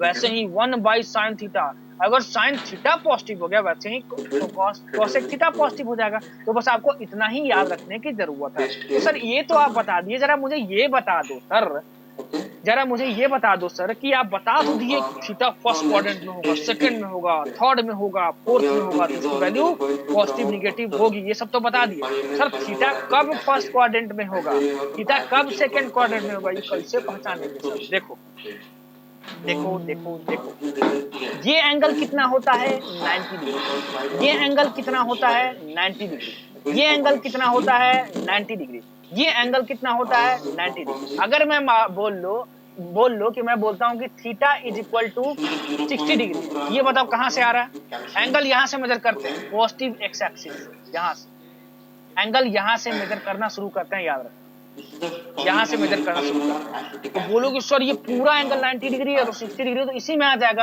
तो हो गया थीटा तुमको मिल गया फर्स्ट क्वाड्रेंट में, और थीटा एंगल फर्स्ट क्वाड्रेंट में मिल गया मतलब क्या हुआ, साइन थीटा, कॉस थीटा और टैन थीटा की वैल्यू पॉजिटिव होनी चाहिए। मतलब साइन 60 डिग्री, कॉस 60 डिग्री और टैन 60 डिग्री की वैल्यू पॉजिटिव होनी चाहिए, और होती भी है क्योंकि आपको इसकी वैल्यू पता है, ये 1/2, ये √3/2 और ये होता है √3 पॉजिटिव है। में आई बात। वैसे ही देखो ये तुम्हारे पास 90 डिग्री होता है तो आप यहां से एंगल मेजर करना अगर शुरू कर रहे हो पॉजिटिव एक्स एक्सिस से, ये पूरा तो 90 हो गया, तो जैसे वो 90 को क्रॉस करेगा, जाहिर सी बात है अगर वो 90 को क्रॉस कर गया तो पहुंच जाएगा सेकंड क्वाड्रेंट में, ठीक है ना, सेकंड क्वाड्रेंट में, ध्यान रखना। तो थीटा अगर तुम्हारे पास अप टू 90 डिग्री है तुम्हारे पास, तो वो कहां पर है? First quadrant. ठीक है ना, बात आ रही है समझ में? अगर 90 डिग्री से ज्यादा हुआ 180 डिग्री तक, तो वो तुम्हारे पास कहां हुआ? Second quadrant.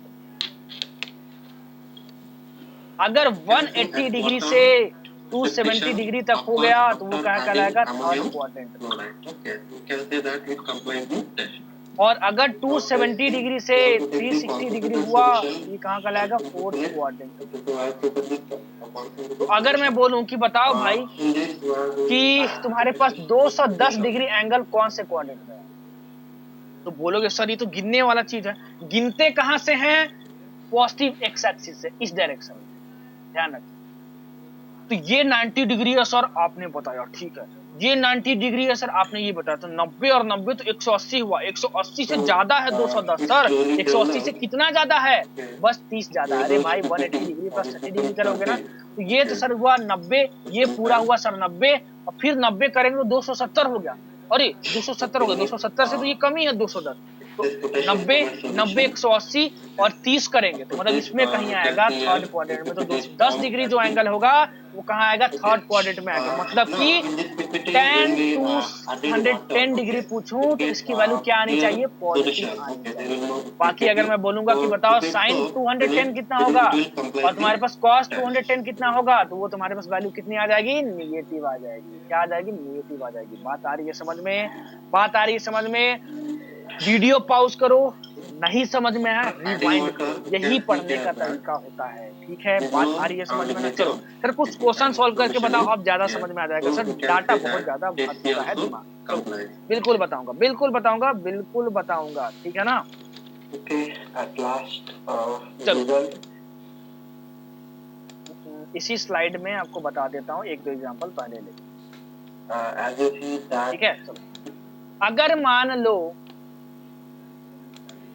नहीं उससे पहले आपको एक दो पॉइंट बता देता हूँ, ठीक है ना? उसको पहले देखो। पहला पॉइंट क्या है? Convert it into multiples of 90 degree. ठीक है, फिर सेकंड पॉइंट क्या है? If it is a multiple of an even number,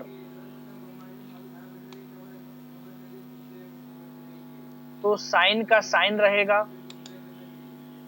cos का कॉस रहेगा, और टैन का टैन रहेगा। ये सब क्या बताने लगे सर? अभी ये सारी चीजें याद रखना, समझाऊंगा, ठीक है ना? और थर्ड पॉइंट तुम्हारा क्या है? If this is copper sulfate salt. In multiple this, of copper 2 plus ion is present, which is odd number. Odd number क्या होता है? 1, 3, 5, 7 ऐसे करके। इवन नंबर क्या होता है? अरे सर इतना तो पता है, छोटे क्लास में पढ़ा है सर। 2, 4, 6, 8 ये सब होते हैं इवन नंबर। और 0 and 3D तो 9. साइन कॉस में बदल जाएगा, और कॉस तुम्हारा जो है सॉरी साइन कॉस में बदल जाएगा, या फिर कॉस रहे तो साइन में बदल जाएगा, सोडियम ठीक है? और तुम्हारा क्या हो जाएगा? टैन तुम्हारा बदल जाएगा nitric acid, ammonium hydroxide, potassium ferrocyanide and H2S gas. Test is dry heating test. You have to take a bit amount of salt and heat रहेगा तो वो tan. Now you all can notice the green color flame. ठीक है, ये तीनों rules अभी copy में लिख लो, ये जो भी बताया हूँ, और मैं जैसे जैसे समझा रहा हूँ वैसे वैसे उस रूल को समझो, ठीक है ना? चलो जैसे मैं बोलूं आपसे कि हमको सर फाइंड करना है, पहले तो माइनस थीटा आपको याद रखना है, ठीक है ना? चलो उसको नहीं बताता हूँ, पहले 90 माइनस थीटा। जैसे मैं बोलूं कि आपको बताना है कि साइन 90 माइनस थीटा तुम्हारे पास कितना है, इसकी वैल्यू क्या होगी? सबसे पहला पॉइंट लिख देखो क्या लिखा हुआ है, convert it into multiples of 90। तो मैं इसको क्या लिख सकता हूँ? Sine 90 into 1 minus theta. अरे भाई 90 इंटू 1 90 ही होता है, ठीक है?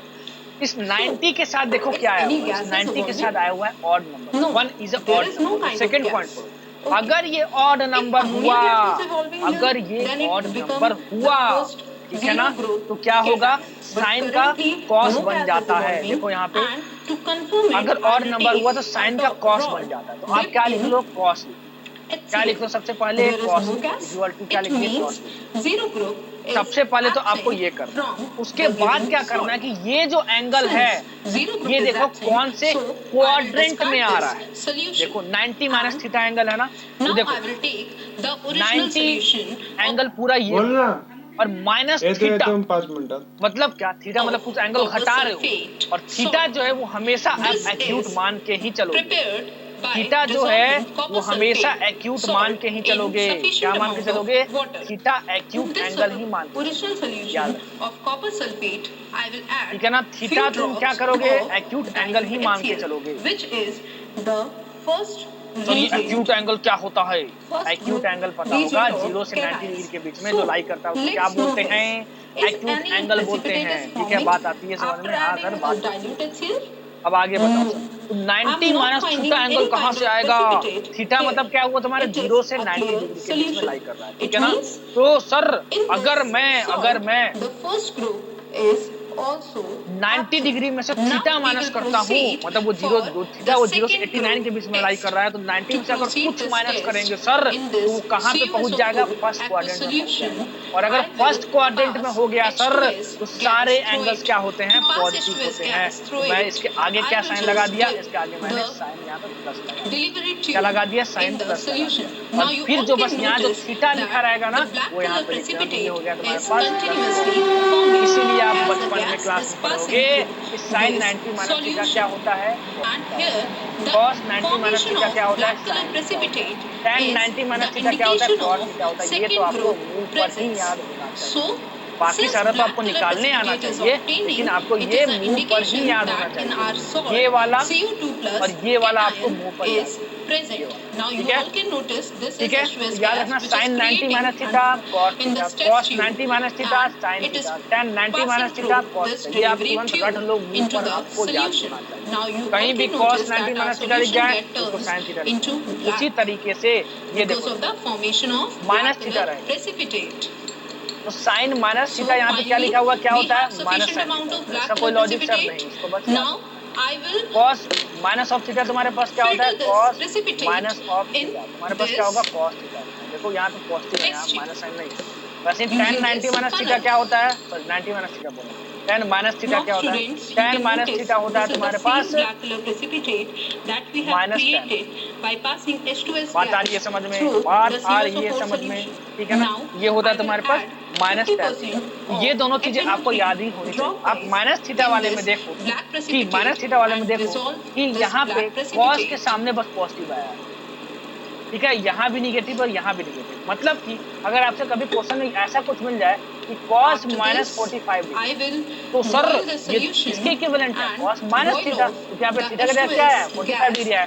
तो cos माइनस थीटा कितना होता है सर, ये होता है cos theta, cos theta. cos theta तो थीटा क्या है तुम्हारे पास 45 डिग्री में, यहाँ पे यहाँ पे माइनस साइन जो है वो आइडेंटिटी में हट जाता है, क्योंकि cos माइनस थीटा cos के इक्वल होता है। बात आ रही है समझ में, तो आप इसको ऐसे लिख सकते हो। तो सर ये पूरा टेबल याद रखना है, नहीं पूरा टेबल नहीं याद रखना है आपको, बस ये याद। बहुत आसान है, देखो याद रखना, sine of minus theta minus sine theta होता है, tan of minus theta minus tan theta होता है। बस कॉस वाला ही जो होता है कि अगर अंदर में माइनस थीटा रखोगे तो तुम्हारे पास प्लस कॉस थीटा होता है। और ये तो 10th में याद किए थे, sine 90 minus theta cos theta होता है, cos 90 minus theta sine theta होता है, tan 90 minus theta cos theta होता है। ये सारी चीजें आपको निकालने आनी, ठीक है, ये आपको याद है। देखो मैं बता रहा हूँ कैसे आपको, जैसे मैं आपको लेके बताता हूँ कि ये 180 डिग्री प्लस थीटा किसका लेके बताता हूँ, कॉस का। कॉस 180 डिग्री प्लस थीटा तुमको फाइंड करना है, ठीक है। कॉस 180 डिग्री प्लस थीटा कहाँ लो भाई, पूरा तुम्हारी गया है। चलो यार थोड़ा सा पीछे मैं चल जाता हूँ, ठीक है ना।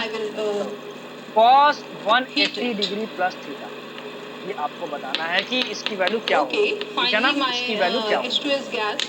चलो सबसे पहले I can देखो check पहला it स्टेप by क्या है, smell. Convert it Now, into I will multiples divide of this 90। solution जो भी into एंगल parts. आपको दिख रहा है उसको 90 के टर्म्स में क्या करो, 90 के मल्टीपल्स में कन्वर्ट करो। So, इसको 90 के this is मल्टीपल्स में the कन्वर्ट कर दिए, first part, cos 90 into 2 plus theta, and क्योंकि this 180 is डिग्री को क्या लिख सकते हो, the 90 इंटू 2 लिख second सकते हो 180 part. डिग्री, 90 के मल्टीपल्स Okay. में ही कन्वर्ट So करो। now, in फिर first दूसरा part, स्टेप पढ़ो, I क्या will लिखा होगा, add if ammonium 90 hydroxide is a multiple of, solution ये जो 90 है dropwise.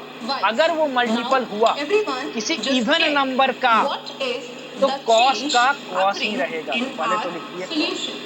So, this इतनी बात is बात ammonium hydroxide. फिर तीसरा I will स्टेप take तुम्हारा my क्या dropper होता है, तीसरा and स्टेप dip तुम्हारा in क्या the होता है, solution. तीसरा स्टेप Now ये होता है everyone, कि just ये देखो कि notice, 180 I am degree plus theta जो एंगल है वो कहाँ पे now लाई कर रहा you है, all मतलब can कौन से notice क्वाड्रेंट में लाई what कर रहा is है, the ठीक है ना। change तो देखो in ऐसे होता है the तुम्हारे पास, ये solution. 90 होता है और ये 90 होता है, और थीटा को तुमको क्या मानना है, acute angle. Acute angle Students, मतलब क्या, keep 0 से observe 90 के the बीच में। changes और एंगल कहाँ से occurring मेजर कर in रहा the है, test एंगल tube यहाँ से मेजर कर and रहा है। the color तो of the 90 solution. Plus Initially 90 it was 180, 180 light plus blue in theta, color. Theta क्या है 0 से Now 90 के बीच में है, just और ये तो keep पूरा adding. 90 डिग्री है। Now तो you इस all क्वाड्रेंट can में घुसने के notice लिए the color of आपको the 180 solution degree plus 90 converts degree से into बड़ा एंगल करना dark होगा, लेकिन आप 180 blue. डिग्री में तो So थीटा एंगल finally, ऐसा ऐड this कर रहे is हो the तो 0 से first 90 के बीच में है, confirmatory तो test 180 for degree plus the theta करोगे तो ये थर्ड क्वाड्रेंट the में एंगल copper आ जाएगा। cation. तो Now you third can quadrant में notice क्या the color positive of the होता है, solution all changes school. from school मतलब क्या, light देखो green, फॉर्मूला light है भाई, blue all to dark blue. School Now in the to second college. part of the solution, और you मतलब क्या, have to सभी add एंगल्स पॉजिटिव होंगे। स्कूल मध में acetic एस का मतलब acid क्या कि बस साइन पॉजिटिव होता है, dropwise बाकी सब नेगेटिव।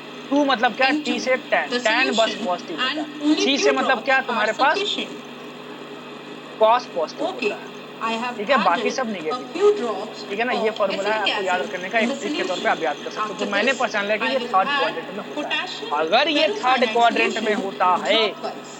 अगर ये थर्ड क्वाड्रेंट में होता है, ठीक है ना, तो यहाँ पे क्या होता है, positive, Now, tan just positive observe the होता है, change when I am ठीक है। adding और अगर potassium टैन पॉजिटिव ferrocyanide होता है तो बाकी dropwise सारे in क्या the होंगे, solution. निगेटिव होते हैं। सर ने बताया, Now, तो just यहाँ लगा notice दो प्यार से निगेटिव है। the आई बात change in समझ the में, color. Now I I hope बात that you समझ all में। और can फिर notice चौथा that स्टेप it क्या is है getting तुम्हारा कि converted into तुम the 180 डिग्री के dark साथ जो brown, भी एंगल है तुम्हारे chocolate pass, brown you can say the मतलब कि color. 90 टू 2 ये भी तो So 180 डिग्री, इसके साथ this जो भी is एंगल है वो the बस confirmatory यहाँ पे test लिख लो। for ये हुआ copper cos 180 plus cat theta, ion. cos 180 plus theta minus cos theta होता है। देखो यहाँ पर cos 180 प्लस थीटा, देखो माइनस cos दिख रहा है आपको, दिख रहा है आपको, cos 180 plus theta minus cos theta. ये पूरा आपको नहीं याद रखना है, आपको बस याद रखना है ये दोनों, बहुत आसान है याद रखने। बाकी अगर कोई भी आ गया मान लो तो आपको निकालने आना चाहिए। बात आ रही है समझ में? चलो एक और एग्जांपल दो। जैसे मान लो कभी कभी तुमको वैल्यू निकालने को आ जाएगी कि बताओ कि साइन 270 डिग्री की वैल्यू कितनी होती है, तो अब इसकी वैल्यू तो याद नहीं है, तो इसकी वैल्यू कैसे निकालेंगे? सर ने बताया था कि अगर 90 डिग्री तक तो हमको वैल्यू याद है सर, ठीक है, 0 degree, 30 degree, 60 degree, 45 degree, 90 degree. अगर 90 डिग्री से कोई भी वैल्यू ऊपर आ जाए तो हमेशा समझ जाना कि उसको निकालना ही पड़ेगा, याद रखना इस चीज। जैसे मान लो साइन 120 क्या, मैं पहले साइन 120 ही लेके बता रहा हूँ, साइन 120 लिखता हूँ। अगर मान लो साइन 120 डिग्री की वैल्यू निकालना है तो याद तो होता नहीं है, मैंने तो याद करवा 90 डिग्री तक, ठीक है। उससे ज्यादा वैल्यू है मतलब हमको निकालना ही पड़ेगा। सर ये कैसे निकालेंगे? सर ने बताया था पहला स्टेप क्या है कि इसको 90 के मल्टीपल्स में कन्वर्ट करो, तो साइन इसको मैं लिख सकता हूँ 90 इंटू 1 प्लस 30 डिग्री। देखो क्योंकि अगर मैं 90 इंटू 2 कर दिया तो डायरेक्ट 180 डिग्री हो जाएगा, तो ये तो पार हो जाएगा डायरेक्ट, ठीक है ना। तो मैं क्या कर दिया 90 इंटू 1 प्लस 30 डिग्री दे दिया, ठीक है। तो ये क्या हुआ 90 प्लस 30 डिग्री 130 डिग्री 120 डिग्री, बिल्कुल सही आ रहा। तो सबसे पहला स्टेप हो गया कि हम क्या कर दिए, इसको मल्टीपल्स ऑफ 90 के साथ लिख दिए, ठीक है ना। अब मल्टीपल्स ऑफ 90 के साथ लिख दिए तो सेकंड स्टेप क्या था कि उसके साथ देखो कि तुम्हारे पास कैसा नंबर आ रहा है, तो 1 तुम्हारे पास ऑड नंबर है। अगर ये ऑड नंबर हुआ तो साइन का क्या हो जाता है, कॉस हो जाता है। तो अब सबसे पहले लिख दो कॉस, ठीक है। बात समझ में आती है सर? फिर क्या करना है, ये जो एंगल है अभी अभी सब कुछ मैं बताऊं, ये जो एंगल है वो देखना है कि किस क्वाड्रेंट में लाई कर रहा है, ठीक है। ये किस क्वाड्रेंट में लाई कर रहा है, तो ये तुम्हारे पास हुआ 90 डिग्री, 90 डिग्री प्लस 30 डिग्री, ये तो पूरा 90 डिग्री होता है, 90 प्लस 30 मतलब 120 डिग्री एंगल यहाँ पे लाई करेगा सेकंड क्वाड्रेंट। तो अगर सेकंड क्वाड्रेंट में लाई करेगा तो साइन की वैल्यू क्या होती है, पॉजिटिव होती है। साइन की वैल्यू क्या होती है, पॉजिटिव होती है, ठीक है ना। साइन की वैल्यू क्या होती है, पॉजिटिव होती है। तो यहाँ तो सर साइन ही आया हुआ है, यहाँ पे वैल्यू हो जाएगी पॉजिटिव। बात आ रही है समझ में, बात आ रही है समझ में। इसको देख के मत लिख देना भाई कि कॉस निगेटिव होगा सेकंड क्वाड्रेंट में। आपको इसके आगे में जो भी प्लस माइनस साइन लगाना है वो ओरिजिनल क्वेश्चन में जो लगा हुआ है ट्रिग्नोमेट्रिक फंक्शन उसको देख के लगाना है। याद रखना भाई, बहुत इंपॉर्टेंट, हर एक पॉइंट लिख लेना, बहुत इंपॉर्टेंट। नोट्स बना लोगे एक बार ना, तो दोबारा रीड करोगे तो मजा आ जाएगा भाई, ठीक है ना। याद रखना इसके आगे में जो तुमको प्लस माइनस साइन लगाना है वो इसको देख के नहीं लगाना है, वो देख के लगाना है कि जो तुम्हारे पास जो ओरिजिनल था तुम्हारे पास क्वांटिटी उसमें कौन सा ट्रिग्नोमेट्रिक फंक्शन लगा हुआ है। ट्रिग्नोमेट्रिक फंक्शन मतलब क्या होता है, साइन कॉस टैन, ठीक है, बात आ रही है समझ में। तो यहाँ पे लगा हुआ है साइन, और ये 120 डिग्री जो एंगल है हमने देखा कि सेकंड क्वाड्रेंट में लाई कर रहा है, और अगर ये सेकंड क्वाड्रेंट में लाई कर रहा है तो साइन पॉजिटिव होता है। यहाँ तो साइन ही है, यहाँ पे मैंने पॉजिटिव लगा। लास्ट स्टेप क्या था कि इसके साथ प्लस में जो भी एंगल लगा हुआ है वो लिख दीजिए cos 30 डिग्री। तो साइन 120 डिग्री की वैल्यू क्या हो जाएगी, cos 30 डिग्री के इक्वल होगी भाई। तो cos 30 डिग्री की वैल्यू कितनी होती है, √3/2 होती है। तो साइन 120 डिग्री की वैल्यू कितनी हो गई, √3/2। आई बात समझ में। चलो भाई निकाल दो, तो cos 120 डिग्री की वैल्यू निकाल दो। आप बोलोगे सर हम तो अब मास्टर हो गए, पहला स्टेप क्या था, इसको 90 के मल्टीप्लस में तो cos 90 into 1 plus 30 डिग्री इसको लिख दिए क्या किए, लिख दिए इसको। अब इसको 90 के टर्म्स में लिख दिए सर, तो अब हम लोग पहले क्या करेंगे, इसको देखेंगे। तो ये ऑड नंबर है तो यहाँ cos के जगह सर साइन हो जाएगा, cos के जगह क्या हो जाएगा, साइन हो जाएगा सर। उसके बाद क्या करेंगे कि ये जो एंगल है देखते हैं कौन से क्वाड्रेंट में लाई कर रहा है। तो 120 डिग्री सेकंड क्वाड्रेंट में लाई कर रहा है, अभी मैंने बताया। अगर ये सेकंड क्वाड्रेंट में लाई कर रहा है तो वहां क्या होता है, साइन पॉजिटिव होता है। सर ने बताया था जो ओरिजिनल क्वांटिटी होगी उसको देख के हम लोग डिसाइड करेंगे प्लस और माइनस साइन इसके आगे वाला, ठीक है ना। तो सेकंड क्वाड्रेंट में 120 डिग्री क्या कर रहा है, एंगल लाई कर रहा है। तो यहाँ पर साइन पॉजिटिव होता है, साइन पॉजिटिव होता है मतलब बाकी सारे निगेटिव। यहाँ मैंने क्या लगा दिया, यहाँ पे मैंने निगेटिव साइन लगा दिया। मैंने यहाँ क्या लगा दिया, निगेटिव साइन मैंने लगा दिया, ठीक है ना। They're on autopilot. They're हमारे just negative not sine mentally लगा। engaged उसके बाद लास्ट with स्टेप what क्या you're था कि इसके saying. साथ जो एंगल And प्लस के as साथ आया हुआ है speaker, this can be यहाँ very minus sine, dissatisfying, very minus sine 30 मतलब क्या, discouraging -1/2। when यही people वैल्यू मैंने really आपको aren't याद paying करवाई attention कि cos to 120 us. Like, why am I even talking in the first place? But active आ रही है बात listening समझ में। तो ऐसे looks, तो बहुत सारे मैं sounds, एग्जांपल ले and सकता हूँ, मैं feels अपने आपको निकालना सिखा दिया, मैंने आपको निकालना सिखा दिया। चलो अब दो वैल्यू मैं बोला था आपको बाद में सिखाऊंगा, साइन 53 डिग्री की वैल्यू और cos 53 डिग्री की, ठीक है। आपको साइन 37 डिग्री की वैल्यू पता है कितनी होती है, देखो अभी मैंने बताया था 3/5 बताई थी ना। साइन 37 डिग्री की वैल्यू होती है 3/5 और cos 37 डिग्री की वैल्यू होती है 4/5। ये तो आपको याद रखना ही पड़ेगा, ठीक है। तो सर ने बताया था एक डायरेक्ट फॉर्मूला याद रखने कि साइन 90 माइनस थीटा कितना होता है, cos थीटा होता है, ये बताया था सर ने। तो मैं साइन 53 डिग्री को क्या लिख सकता हूँ, साइन 90 माइनस 37 डिग्री। देखो 90 में से 37 घटाएंगे तो 53 बचेगा, तो इसको मैं लिख सकता हूँ साइन 53 डिग्री को मैं क्या लिख सकता हूँ, साइन 90 माइनस 37 डिग्री। और साइन 90 माइनस थीटा क्या होता है, cos थीटा। इसको क्या मैं लिख सकता हूँ, cos थीटा। यहाँ थीटा की जगह क्या रहा है, 37 डिग्री। cos 37 डिग्री की वैल्यू इसके इक्वल होगी, और cos 37 डिग्री कितना होता है, 4/5 होता है। मतलब साइन 53 डिग्री की वैल्यू कितनी हो गई, 4/5, ठीक है। तो आपको बस ये वैल्यू याद रखना है ताकि आप कंफ्यूज मत हो, ये वैल्यू याद रखना, उसके बाद आप ये निकाल भी सकते हो। मैं यही रिकमेंड करूंगा, ये याद रखना, नहीं तो आप कंफ्यूज हो जाओगे, चारों याद रखने की कोशिश करोगे। ये याद रखना, फिर इससे ये डिराइव कर लेना, प्रैक्टिस कर लोगे बार बार लिख के तो दिक्कत नहीं होगी, ठीक है ना। चलो cos 53 डिग्री की वैल्यू कैसे निकालेंगे सर, जरा मुझे बताना। सर आपने बताया था कि cos 90 माइनस थीटा क्या होता है, वो भी हमारा साइन होता है। मैंने अभी बोला कि याद रखना, ठीक है ना। चलो अरे भाई अभी देखो, अभी मैंने बताया था, कहाँ गया, cos 90 minus theta sine theta. ये दोनों कॉलम याद रखना है, बाकी नहीं याद रखना है, बाकी आपको निकालने आना चाहिए, ठीक है ना।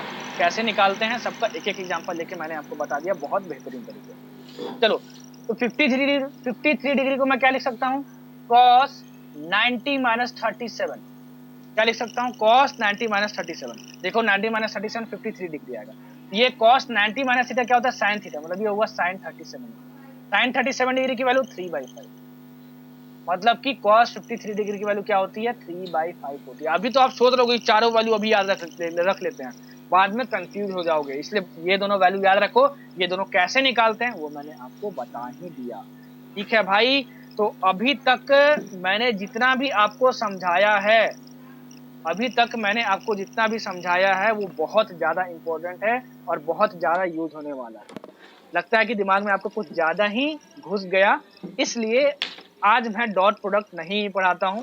मैं कल आपको अगले लेक्चर में आपको dot product and vector product साथ में ही पढ़ा दूंगा, प्रोडक्ट ऑफ वेक्टर्स टॉपिक में। ठीक है ना।